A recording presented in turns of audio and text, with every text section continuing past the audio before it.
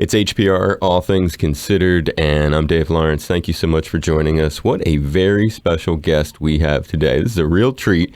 I don't know if you were listening when she was our guest last year, but it was a lot of fun on All Things Considered when we welcomed the legendary Dionne Warwick, and she was doing her debut run at the Blue Note Hawaii, and we thought, wow, that's a once-in-a-lifetime kind of thing, but wouldn't you know it, she's coming back to town. She's through Sunday. The shows are at 8 o'clock. And it is such a great treat to welcome her back to All Things Considered. Hello, Dionne. Welcome. Aloha and mahalo. Oh, thank you very much. My pleasure. It's great to have you back. And you also, speaking of being back, I guess it's appropriate because this month, from what I've been reading, you've got a new release and it's appropriately titled She's Back. That's correct. Tell us a little about it. Well, it came to my attention that I had not had a new product on the market almost 6 years. And so really it's been that long. And finally, my son Damon Elliott, who produced the CD for me, decided, Mommy, it's time to get back in the studio and make some music, please. And so, okay, and he put together not only what I consider to be some of my best work, it really is, but he paired me with a few of contemporary singers of today, and I'm so thrilled with it. And I was answering the questions of all those who have inquired, when are you going to make a new CD, new music, da-da-da. So now she's back. Now you haven't answered all those questions. That's right. I like it. And May 17th, correct? That's the date? Yes.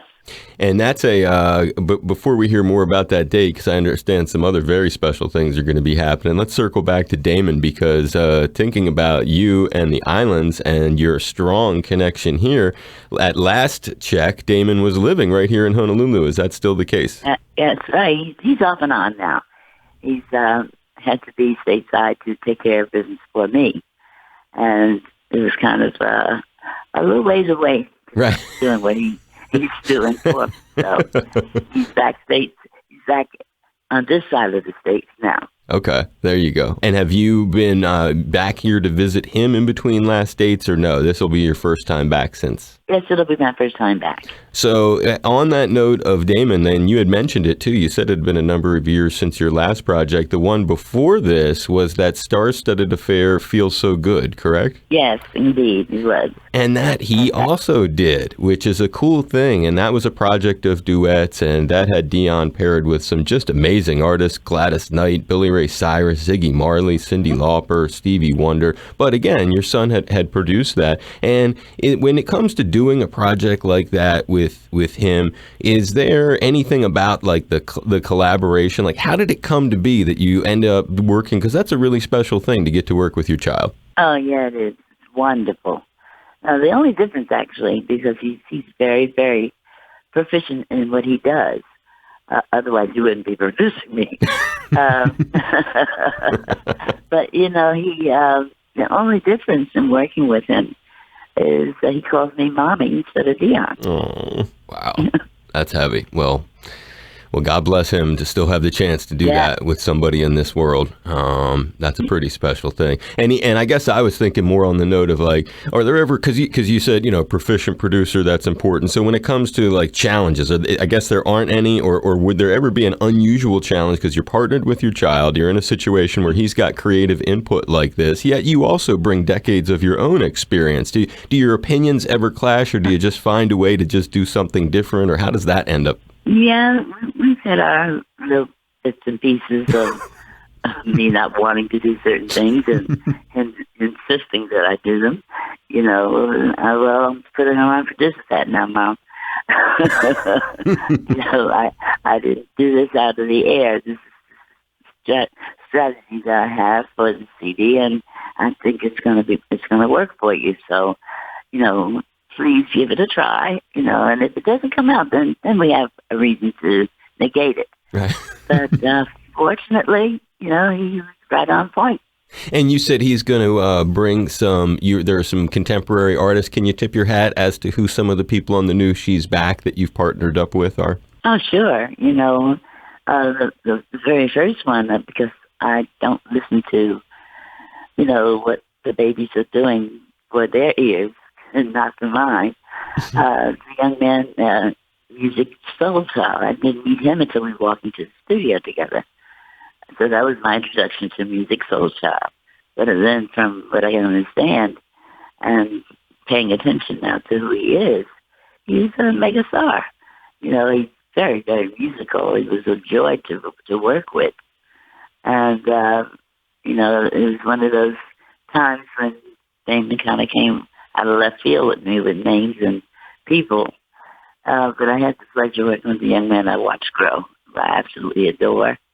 And I call him one of my babies, Kenny Lattimore. Oh. And someone that I've admired for many, many years, Brian McKnight. Oh. The CD is absolutely wonderful. You're going to love it. And then there's a surprise on it, too. I worked with one of the rappers that I was very, very much in giving spankings to for like 10 years.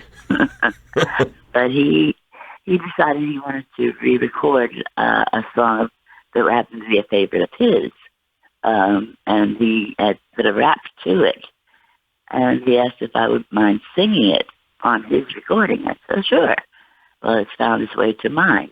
And that's Crazy Bone of Doug's Bones and Harmony. Wow. So, so it's been quite a trip for me, I must say, opening my eyes and enlightening my ears to those that are happening today.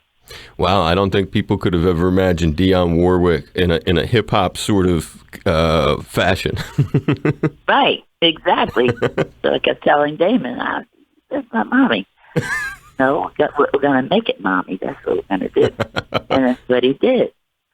And was that the same kind of thinking about some of those artists you just mentioned for the new record, She's Back? And again, flashing back to the last one he did with You Feels So Good.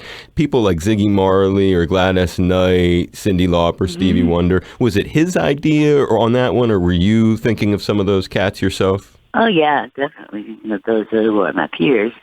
When you start to think about Stevie or Gladys, these are my peers and my friends. And those who also wanted to sing with me, You've got to go so far back. I mean, I know we talked about Stevie last time that you were on the show. How about Gladys? Do you remember when you first crossed paths with her? Oh, my goodness. Many, many years. It was in the 60s. And since that very day, we've still been more than friends. Like I said, we're more sisters than anything else. And I remember you said Stevie sort of looks at you in a almost a maternal kind of light when he talks to you. Mm-hmm. Oh, yeah. He still calls me Mom. How adorable. I mean, what a relationship. Now, when I saw Ziggy's name on there, it made me think, how far back could you go with him? And did you ever interact with his famous daddy? Absolutely. And that's one of the reasons, too. I mean, Ziggy is crawling around on the floor as a baby. And worked with Bob a couple of times on concerts. So I kind of got to know the family.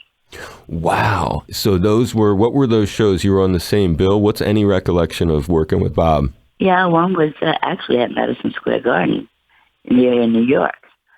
It was his show. And he invited me up on stage. It was so funny to sing along with him. And it was fun. But I had met him prior to that in Jamaica. So I knew who he was and how vital he was to our industry. And you got to go up on stage with him at Madison's. I mean, this is a woman who has a lot of experiences that are pretty remarkable in her life, but you were on stage singing, playing with Bob Marley at Madison Square Garden. Yeah. One Love. Of course. Although any song would have been appropriate with him, huh? It could have been Exodus. I mean, what?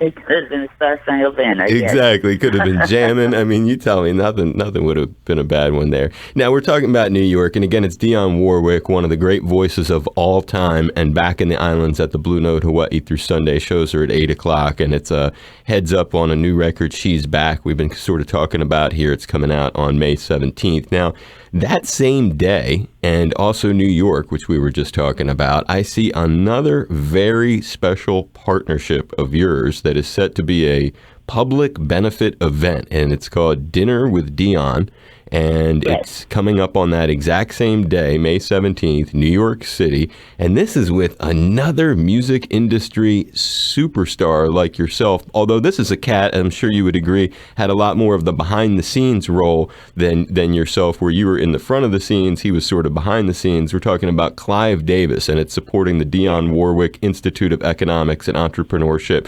Talk about that incredible relationship. Clive has been a friend for more years than we want to admit, probably. From the very beginning of my career, and that's when I first met him. But he has always been there for me, and that's the kind of relationship that friendships bring over years. So I asked him if he would be my guest, and he said absolutely he would be my guest. And it's for a very, very important cause, so far as I'm concerned, my school, which has a lot to do with the educational aspect of everything else. Talk about what it's going to be. So it's going to support the school. What do the funds go to, and how does this, give it a little plug. Take some time and talk about it. Well, my school is, as you said, the Dionne Warwick Institute, and it's a school that I'm so very, very proud of, and the work that the instructors do with our children at the school, how they excel. I've had some graduates from colleges already who attended my school, and how proud they are to be able to say that's the school that they attended. It's promoting education. Education is very, very vital, especially to our babies. And those who care for our babies are putting their little minds and hopes and dreams in the hands of those who have as much to do with developing those hopes and dreams. So I don't know what else to say about my institute other than it's a wonderful school. We have a waiting list to get in. It's a magnet school, and I'm very proud of it. Is it based in New York, Dionne? In New Jersey, East Orange, New Jersey. Nice. Where I grew up. Yes, close by and very convenient. I like that. And now for the folks who are tuned in, who are thinking, Clive Davis, I've heard that name through the years. It's one of those heavy names. When if you're thinking about your fans who are driving, they're in their cars right now, they're listening to us, they're like, Clive Davis, explain to them in a way they might understand, why is Clive Davis so important to you and in general? Why is he an important guy? Well, he's important to the industry, period. Clive Davis is the proprietor, and he started a little record label called Arista Records. And his first client was Barry Manilow. And after producing Barry Manilow's historic rise to stardom through his recordings, he had people like Aretha Franklin, like my cousin Whitney Houston. He also was very much involved with Earth, Wind and Fire, Janis Joplin. I mean, the list is too long to go through to give you an example of the importance he is to this industry. I call him the man with the golden ears. He has an ability to find wonderful songs for the artist and quite suitable for the artist he finds it for, as he did for me. It's a nice tribute to him, and really is a powerful guy, and it's nice for you to kind of wrap it up like that in a way that I think people would understand. And I guess I ask that because I'm thinking of some of the experiences that are highlights of your career, whether he played a role in them or how. And like, for example, you've done some remarkable TV experiences throughout your years. That's the thing about you. You're a very diverse performer who's had a touch in different places, and many of them very, very successful. One of these was your first TV special, 1969 on CBS, the Dionne Warwick Chevy special. Do you remember that coming together? And when I say it, does it bring a smile to your face, a particular memory, or the production of it? Of course, it's a very exciting time in my life. First of all, I given birth to my first son, David, and then the gift that came after that was the Chevy special. It was one that I'll always remember. I have copies of course. And it was just one of those magical parts of my life that will always be very special to me.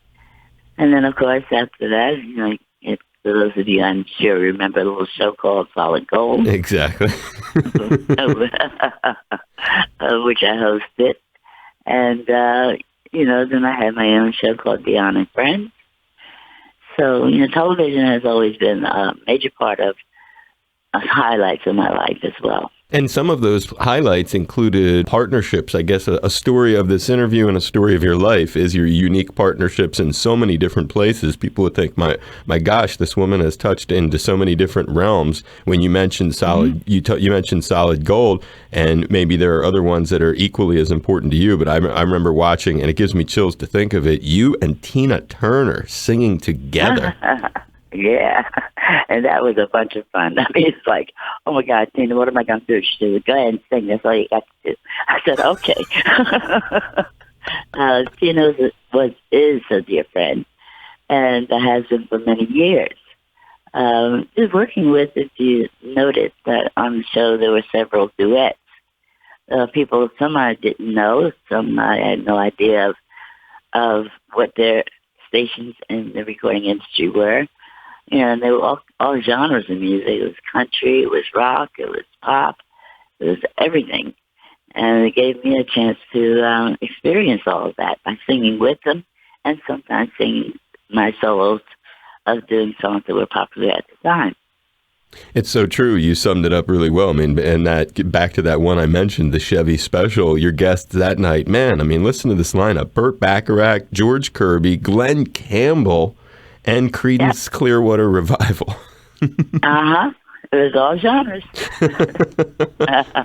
And when you got those opportunities, was that, when you credit who put you into those places, is that a good agent? Is that somebody, who was it who you look back, who was smart enough to just help you to line up some of these gigs? A combination of people, Of course, it was the network of Meredith having a special on CBS. And Chevy, who decided they wanted to sponsor it, and the people that you saw on the show are friends. I've known Glenn for many, many years. Of course, Bert and George Kirby I've worked with on several occasions where he would open my shows. So I've worked with him. Creedence Clearwater, I found wonderful young men, and I got a chance to get to know them very well as well. So, when you're working with friends, it's a very easy thing to do. I like that. Well, that's a great tip, I think, for people in general about their life. And some of your thing is also just seizing opportunity too when it happens. I guess an example of that was, and hopefully you can tell the story a little bit.